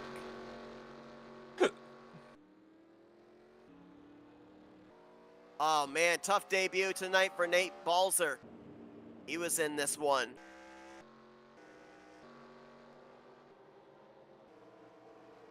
Here's what remains of the 93 of Curlin Hurst. Maybe it was Curlin that went up and over. I know there was a purple truck that also flipped upside down. that there was along like with 5 Greg trucks Palmer. that flipped upside Well, down. that's true. I know Knopfsker went up and over. I know that Greg Palmer went up and over. One of them almost went into the fans in the grandstands, almost cleared the catch fence. Well, I mentioned the fact that I believe that the truck that has led the most laps in each race this season has not gone on to victory lane. Palmer collected up in this one. Well, let's try and dissect what happened here to bring out the 6th caution of the day. I don't know whether to call this the bigger one or the big one too. I believe Knopfsker was around the area where the contact started.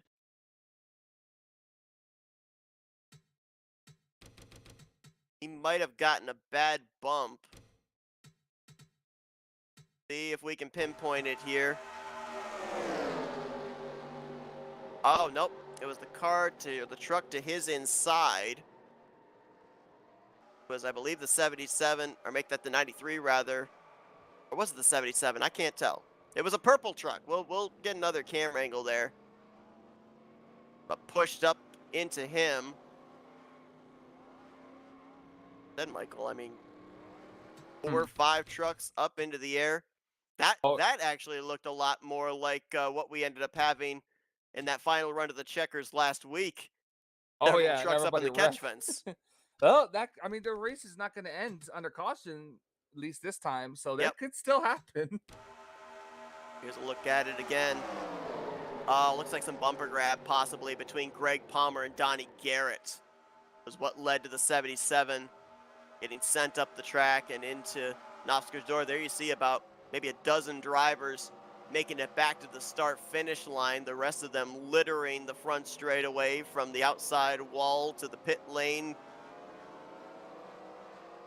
Many of them just trying to will their trucks across the start-finish line. Pick up the yellow.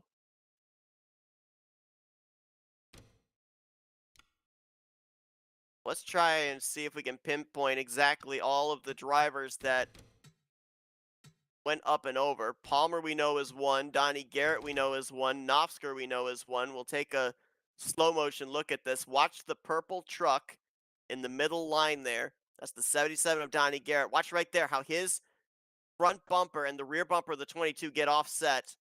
That leads to the bumper grab, sending Garrett into Tim Knopfsker.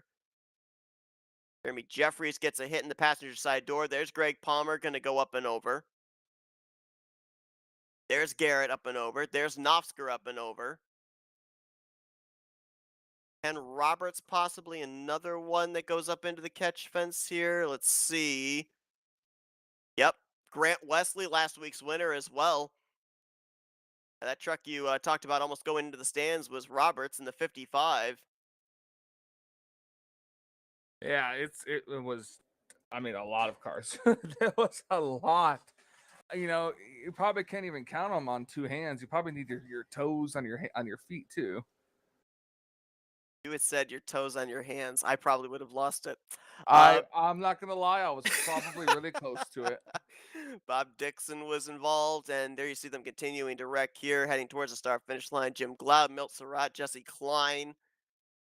Glenn Harris, I think, did indeed skate through. This could be, I believe, 3 laps to go on this restart because they're at 5 now and they're coming around for 4. So we could have 3 laps to settle it. Get some onboards here. Let's start first with Glenn Harris, and then we'll look from the 6 of Wiley Coate. I believe these are 2 drivers that may have made it through the wreck, if not unscathed, with very minimal damage. Harris on the top side here. tires, so not a whole lot of options to be able to avoid. He just kind of Dale Jr.'s it, gets on the brakes, doesn't come to a complete stop. But look at this. Look at this. Oh, well, he does make some contact with Jesse Klein, but my goodness. You're talking about the 03 Talladega race where Jr. was involved in a big wreck. Yeah, he also did get involved in it with a little bit of damage. So you're still technically accurate. Well, no, I'm not talking about 03. He was driving the 88 for Hendrick Motorsports at the time, and I believe it was a Daytona race.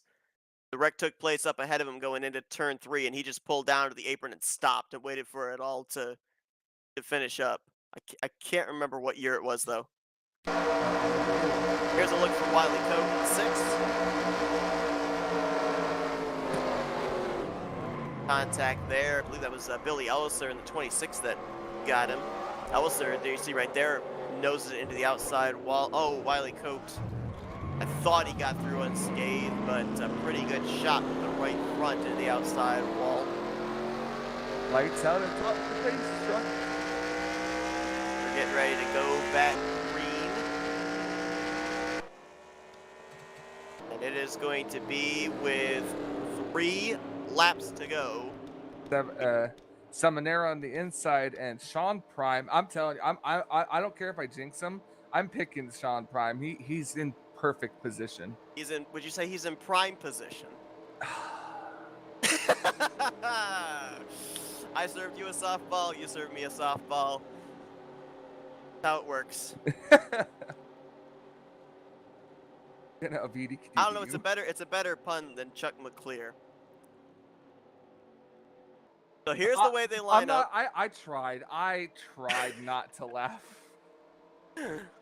Right. That was just if he gets into the if he finishes top 3, we're gonna have to tell him that. Well, we'll see what happens here. It's gonna be our final restart of the evening. That much we know. Next flag is going to end this race. And again, like we've done in broadcasts past, if a caution comes out between now and the checkered flag, we will go back, we will review the replay, but we will stay with the battle to the start-finish line to find out who is going to be the winner of the 7th race of the season. Bob Seminara, the race leader, your points leader as well, but he is still looking for his first win on the season. So too is Sean Prime alongside him in the 2nd position. Row 2 holds former winners this season in Chuck McClure and Richard Martin, and Joe DeSpirito completing the top 5, all looking for 2nd win here in season 56. Brian Schilling lines up 6th, Doug Hulick in 7th, then Jeremy Jeffries, Dave Melson, and Mark Paglia. That is the top 10. 30 trucks remain here for the final 3 laps of the evening. Will they be under green? Will they be under caution? Bob Seminara heading for the restart zone. Final time tonight. The flagman ready to wave the green flag at Talladega. And up through the gears goes Sean Prime. He timed that perfectly. Seminara might have been caught napping. Yeah, that he might have been in a wrong gear as well. Prime should get down to the inside there a little bit, but Richard Martin gonna have a good run off the top side. On Prime, a little too far out in front, maybe there on both lanes. Richard Martin on the top, Seminara on the bottom. Does Richard Martin make a move if he gets to him? No, he'll stay committed to the back bumper of the 15. He's got Brian Schilling with him. It's too early to make a move. When someone gets out like that, if you make a move, you're gonna mess up your own line, and you're gonna find yourself falling back very quickly. I'll tell you another thing that drivers have had with the unpredictability of when the final caution might fly, Michael, is a lot of times the wreck taking place out of turn number 4, only giving them the trial to be able to make a move. So I think if these drivers had this race under yellow, they'd want the caution to take place maybe over here in turn 1, giving them more real estate to be able to work with. Yeah, Sean Prime is desperately hoping for a caution right now. And the inside line got a good run there through 1 and 2, and Seminara is clear for the lead now with 1.5 laps remaining. Third lane may be able to form here. I saw Godfrey jump up there, Paglia up there. These guys realizing time is running short. They're trying. Outside lane's is not really good right now. It's not really formed up. It has less cars. We'll see if they can run. They're coming to the white flag. They can make it to the white flag. We're going to have a great race back. The ground lost by that middle lane in turns 1 and 2. They gained it back in 3 and 4, but Seminara still clear for the top position. White flag in the air. We race back to the checkered flag no matter what. Seminara out in front. He's got McClure and Prime side by side for the second position. Can Martin give Prime enough of a push down this back straightaway, or will McClure make a move? I think he's clear on the 15 almost. We might go 3 wide down the back straightaway. That could give Sean prime chance, pun intended. Oh, there he goes. There we go. Big wreck. Big wreck, and the numbers game's on the inside line. Prime trying to pinch down Bob Seminara. Seminara's got Joe DeSpirito as his wingman. They're going to have the draft and the momentum back to the start-finish line. Unless Prime gets enough drafting help, then it's going to be Seminara winning this thing, and indeed that is going to be the case. Bob Seminara, points leader, gets first win on the season here tonight at Talladega. Absolutely incredible. Well, the worst scenario happened for Sean Prime there. The caution on the final lap involved just about all of his help on the top side. By the time the wreck finished, he was the only truck in that middle lane. And Bob Seminara, obviously been very consistent this year. He wouldn't be the points leader if he wasn't, but finally gets that monkey off his back, gets that W, and all but secures himself a spot in the playoffs now.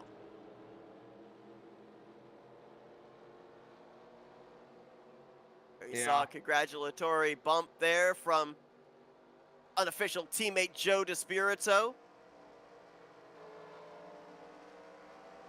More congratulatory bumps coming through for Bob Seminara. Absolutely incredible race. Bob Seminara, former champion of the series in his own right, former multi-time champion of the series. You know, it was interesting. We talked to him last week. We said, when is that win going to happen? And he told us, well, the last time I won the championship, I didn't have a win during the regular season. Well, he's got one here this season, as he, for the first time in season 56, is going to get to burn it down on the Talladega front straightaway. Joe DeSpirito crossed the line in second. Sean Prime finishing in third. Those will be the podium finishers we will be talking to here tonight during our FRN post-race wind-down, as the celebration is just beginning for the driver of the 712 Chevrolet Silverado. He'll pull up there to the outside wall, salute the fans with a further burnout just below the flag stand. And we will now show you the finishing results from this evening's festivities. Wow, what a race. Absolutely, it was. That was very, very fun to watch. Well, it didn't finish under green, but they did at least make it back to the white flag and were able to race back to the checkers. Doug Hewlett's going to bring it home in fourth. Chuck McClure will finish in fifth. Dave Melson, sixth. Bernie Mobbs there in seventh place. Pole sitter Kelly Causey brings it home eighth. Ninth place for Ronnie Sullins. And Chris Elliott is going to complete the top 10. Great run there in his first start of the season for Jesse Klein, 14th place for him. Wasn't Grant Wesley one of the trucks we saw up into the catch fence with Ken Roberts? Oh yeah, he finished in 12th. Well, this is why you never give up in a super speedway race.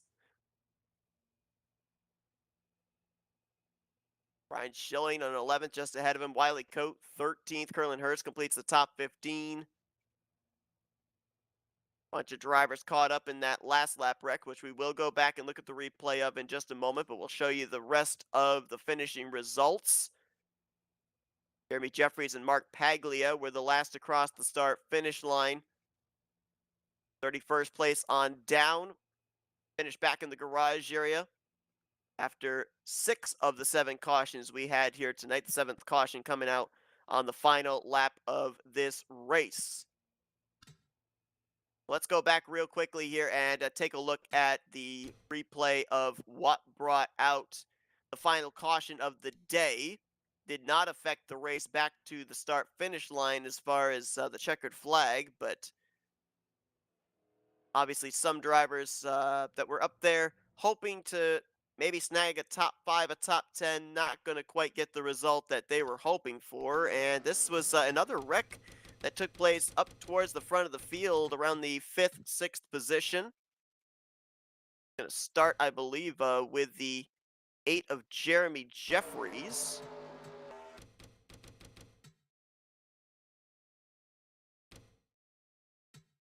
Actually, it was some more bumper grab potentially between the 43 of Richard Martin and the 4 of Brian Schilling. Watch the left side of your screen.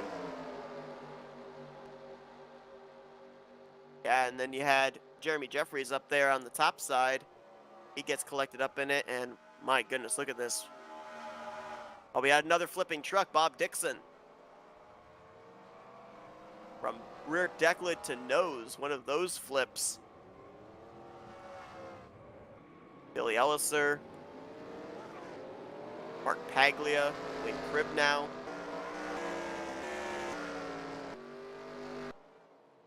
There is Jeffries and there is Paglia. They were the last two to cross the start-finish line. Knopfsker all torn up, was able to bring it back to the line. Grant Wesley was involved in that wreck too, and he was still able to cross the line inside of the top 15. Donnie Garrett, I believe he might have gotten a piece. A lot of drivers were collected up in that one, with it taking place in the middle of 3 and 4. We'll give you one more angle here, and then we will head into our post-race wind down and talk with our podium finishers. So let's see if we can possibly, we're going to show you the initial contact again, but see if we can get a camera angle that'll show the wild ride by one Bob Dixon here on the final lap of this race.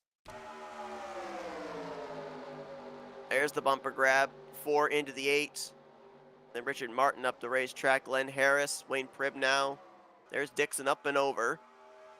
Oh, it's actually both of the Richard Petty looking trucks that got kind of hooked together there. Richard Martin and Bob Dixon. That's what flipped Dixon up into the air. And that thing still landed back on its wheels, and he was able to drive it back to the checkered flag. So very fortunate for him. That is how this race ends, and Bob Seminara is the first one back to the start-finish line to pick up his first checkered flag of the season. Well, let's see if we can now dial up our podium finishers here tonight. And let's see if we can begin things with the guy that brings it home third place here this evening, the driver of the number 15, Sean Prime. Hey, Sean, it's Michael and Seth up here in the FRM booth. You got us? I certainly do, gentlemen. How are you? Well, Hey, we're man, doing great. I was pulling hardcore for you, man. I was your biggest fan at that point, at that final restart. Everything was going good, man, until that wreck happened late.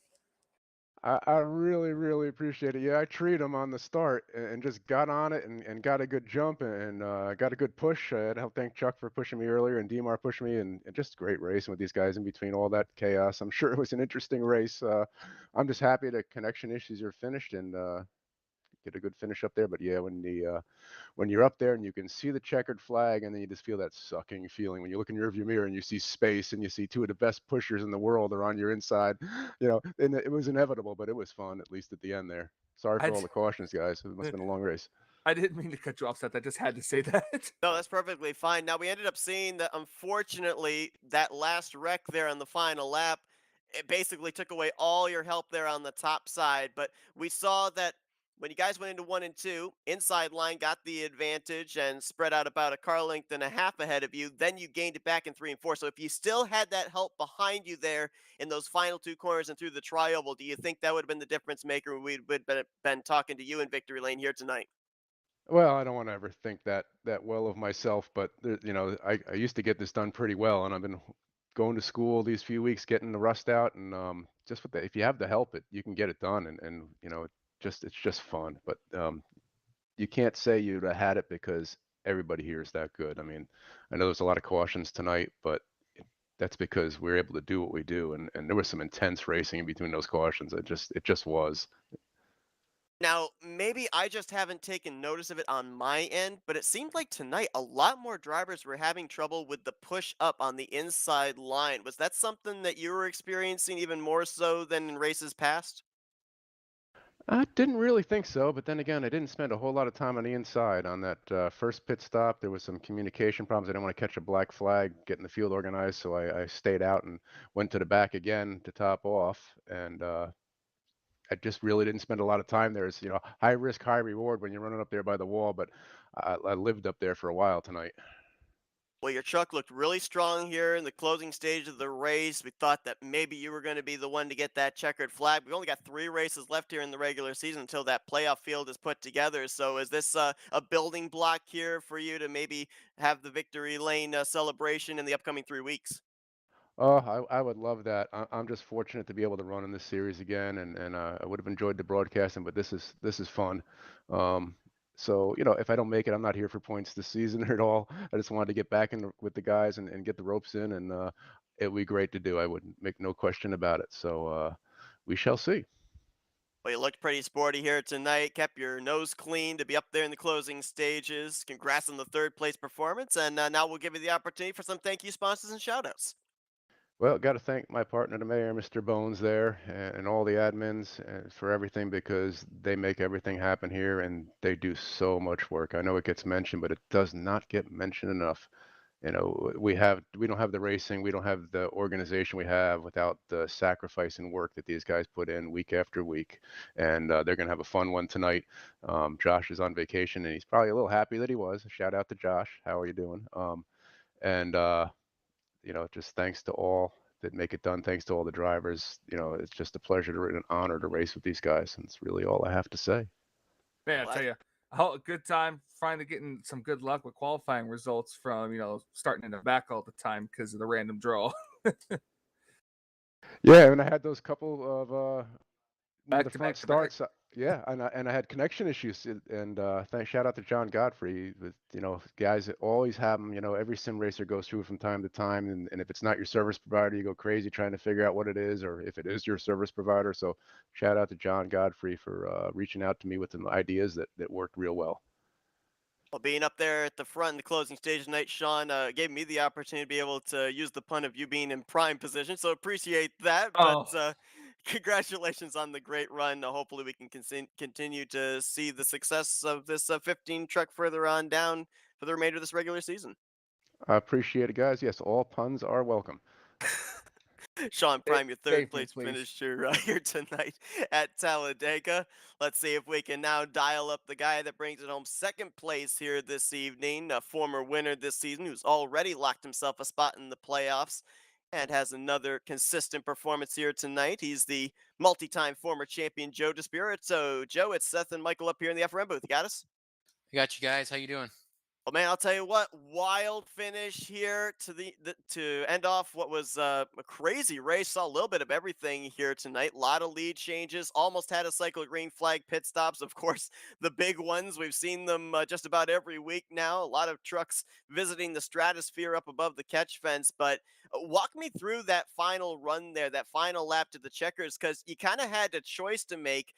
Things got kind of spread out after that wreck took place. You could have maybe gone to the middle, maybe made a third line there to pick up your second win of the season, but looked like you were pretty committed to that 7-12 from turn 4 all the way to the start finish line.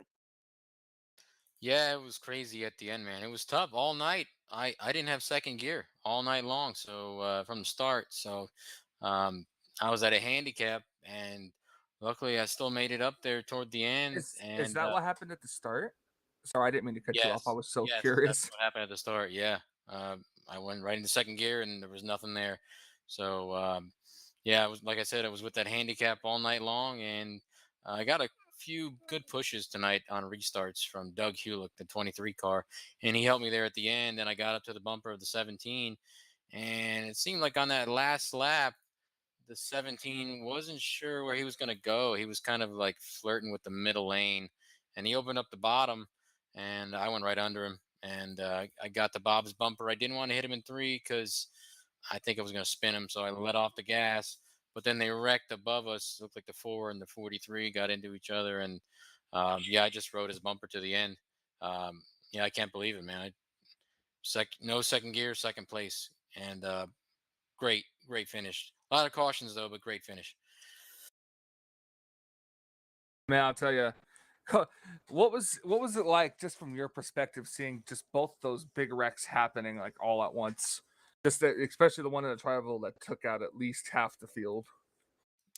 Oh man, it was nuts. I mean, I think in that one, I was okay and I slowed down. Everything was happening in front of me, and somebody just plowed into me and behind, and I didn't get any damage there. But that seems to be an issue sometimes. Is you think you're good, you see everything happening in front of you, and you're like, okay, I'm gonna be okay, and somebody just doesn't really have any awareness of what's going on. They just plow into you.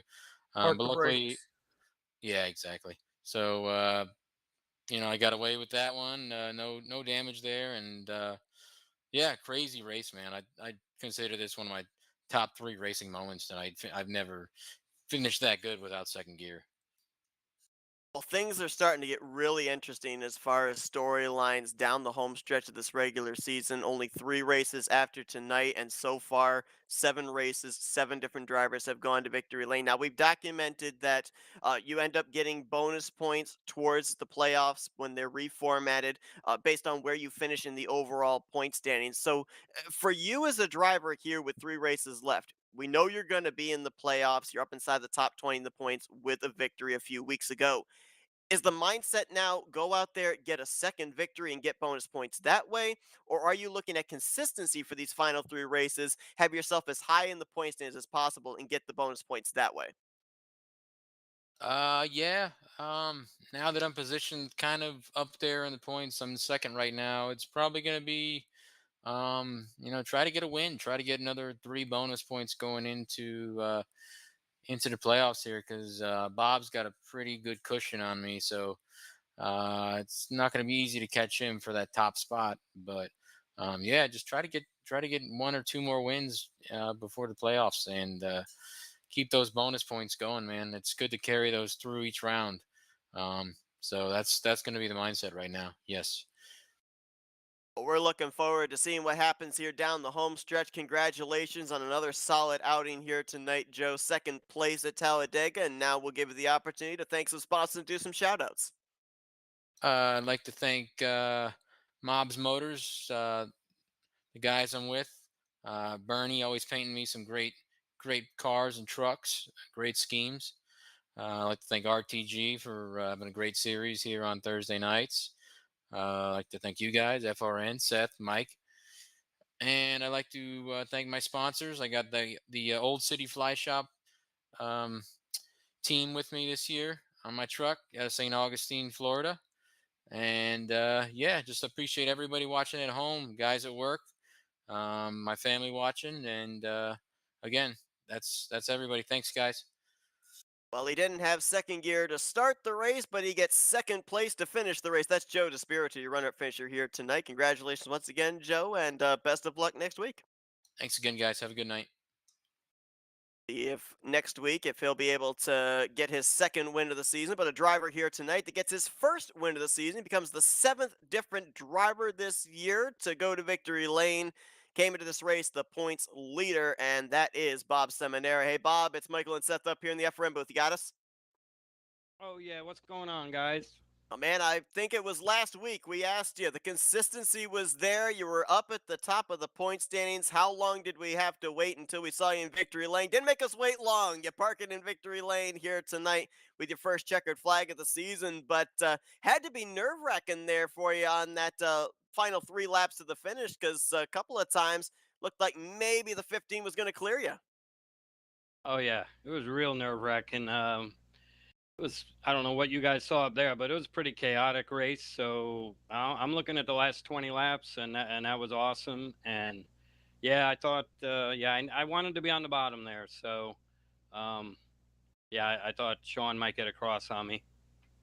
It was interesting to watch that entire race. Everyone trying to set themselves up to get into position for making pit stops in case they came. Those last couple of cautions there, did it make it more nerve wracking about the fuel mileage towards the end of the race? At least up until that caution came out that pretty much sealed the deal for fuel.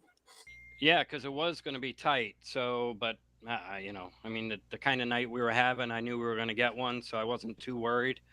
But yeah, leading up to that, pit stops, they're so crazy. I was towards the front, so I'm coming out, other guys are coming in, you're getting hung up and stuff. I was losing spots there. So you just got to recover every time. But yeah, there was a caution with, I think, under 20 to go, and that made us good on fuel for sure. Started this race pretty deep in the field. I believe it was the 25th position, and you're able to make your way up to the front in the closing stages, but had to kind of maneuver your way through a number of big wrecks here tonight. It really seems like off of turn 4 going into the tri-oval, at least in the last few weeks, that's where the big wrecks have really taken place. I mean, just how difficult is it to maneuver your way through there? Because it looks so spacious. You've got about 5 lanes on the racetrack. You've got pit road. You've got the infield grass, but we see so many drivers, they look like for a moment they're going to get through, and all of a sudden that hole closes up. So how difficult is it to be able to make your way through a wreck, especially with the big fields we have here this season? Yeah, it's really difficult. Plus, you say there's a lot of room there, but there's not a lot of room that you could actually control the car on. So you run out of room quick. The guys sometimes they bounce off the wall, and then another group come from the bottom up. So timing is, you get lucky a few times. I missed like 3 last week. I missed one really close one today. But yeah, it's where you are. It's all timing, and once in a while you make a good move. I asked this of Joe just moments ago, and I'll ask you the same question. 3 races left on the season. You're currently the points leader. You now know you're going to be in the playoffs. This win locks you in. So now what's the goal for these final 3 races? Is it to go out there and get another checkered flag? Is it to keep the consistency up and try and get the bonus points for the regular season championship? What is it? Yeah, well, I think you know me by now, so I'm just going to keep doing the same thing. I want to put myself in a position to win, but you can't win them all. There's guys here that are hungry and they drive differently at the end, and so I'm going to try to get up there and make sure I do some decent pitting, which that's what I had trouble with a couple weeks ago. But yeah, I'm going to run hard. I want to win, get those extra bonus points, but I'd like to get the season-ending extra points too. So yeah, I'll be here, and I'll be running hard. Well, Bob Seminara finally gets that elusive checkered flag here in season 56. He gets to celebrate in victory lane here tonight in the Tally Challenge series. Bob, congratulations. We'll now hand the microphone over to you for some victory. Thank you, sponsors, and shoutouts. Yeah, thank you guys. I appreciate you. The week you didn't do the race is when I had a bad race, so I'm glad you guys are back, and I'd like to thank everybody, RTG, Sean, and David Cannon, and all the admins on Thursday. Love racing here. Mobs Motors, FTMF. Shout out to my buddy Q at work, and the D's at the PO where I used to work. And go Avalanche. I'll be game 4 in Tampa next week. And yeah, we'll see you next Thursday. That's Bob Seminara. He's your winner here tonight in race number 7 of the season for the RTG Talladega Challenge. Congratulations once again, Bob. Go enjoy that victory, and maybe we'll see you go 2 in a row next week. All right, guys. Have a good week. 7 races, 7 different drivers have gone to victory lane. It is continuing to get more congested here for the playoff positions, as now 7 drivers have locked up spots via win. 3 spots currently open for drivers to point their way in. Those spots currently occupied by Brian Schilling, Josh Metallic, despite the fact he did not take the green flag here tonight, and Tim Nofsker. We've got about 70 points separating the top 11 in the point standings. And also, we should mention, this was the quarterfinals for the Tally Challenge Bracket Series. Going to be Brian Schilling, Joe DeSpirito, Bob Seminara, and Grant Wesley moving on. They will be in the semifinals for the challenge next week, the bracket challenge. So it will be Brian Schilling versus Joe DeSpirito, Bob Seminara versus Grant Wesley. That's going to be a lot of fun to watch. But Michael, it just seems like the storylines, they continue to pile up the closer we get to the end of the regular season with those playoffs looming on the horizon. Well, yeah, of course it's going to be like that. You got these drivers outside looking in, are desperate to try to get themselves in there. So it's going to be more interesting in these next couple of races. You know, I've been watching drivers during the course of these last couple of weeks, noticing where they start as to where they finish, their ability to get through wrecks. It's almost turned into the fact that the best strategy to have for this race is to have no strategy. If you have a strategy, you're probably going to end up making a mistake and nothing's going to happen the way you planned. You just have to kind of play it by ear and play the hand that's dealt to you, especially with the random qualifying that we have week after week. Right now, I think that could be a big reason why we've had 7 different winners. I completely agree. You know, it's difficult to tell. It's Talladega, anything can happen. But as long as you know how many laps you can go on a gallon on a tank of gas, then that's all you really need to know. So far, we have gone a perfect 7 for 7. Be interesting to see if we end up going 10 for 10. We'll find out if we go 8 for 8 next week. We hope you guys will join us as we continue on the 56th season of the RTG Talladega Challenge. We'll be right back here at the high banks of Talladega Super Speedway. Hope you guys join us next Thursday night. Green flag scheduled to fly at 9 p.m. Eastern Standard Time. Congratulations once again to Bob Seminara on his victory here tonight. Michael, another wild one, as it always is at Talladega. Appreciate you joining me in the booth. No problem. Looking forward to it next week as well. We appreciate everybody tuning in here tonight. We will see you guys next week as you've been watching another broadcast courtesy of the Flatout Racing Network. This broadcast is the copyrighted work of Flatout Racing Network and may not be rebroadcast, retranslated, or used in any form without the express written consent of Flatout Racing Network and iRacing.com Motorsports Simulations. Flatout Racing Network would like to thank you for your support.